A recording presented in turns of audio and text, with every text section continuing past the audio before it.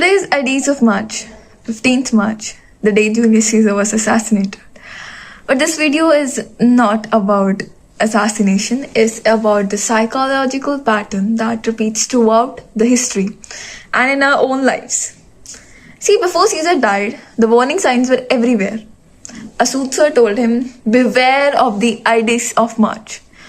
His wife had disturbing dreams about his death, political tensions were rising in Rome, yet Caesar walked into the Senate where he would be killed. This somehow raises an interesting question that how can intelligent people ignore warnings that are so obvious in the inside? And the answer lies in how our human mind protects stability. And one of the factors I noticed is called normalcy bias. See, our brains assume that the future will resemble the past. That when we hear warnings, we tend to believe things that they will continue as they always have. And see, Caesar had faced threats and political trials over the years, and he had survived them before. So, his brain treated these new warnings as just another exaggeration. The second factor is trust bias. Many of the conspirators were people who Caesar knew personally. Some had worked with him for years.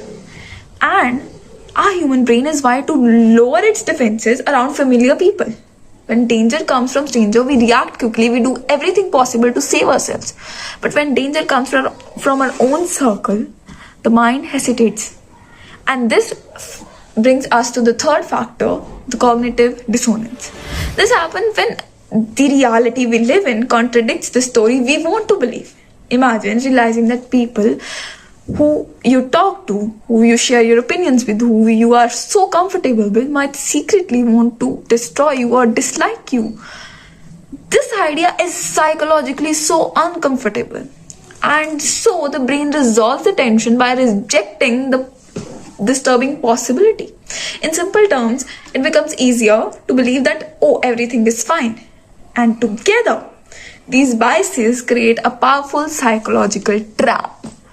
We see warnings, we feel uneasy instincts, but attachment to people or familiar routines prevents us from accepting the darker possibility of what could be.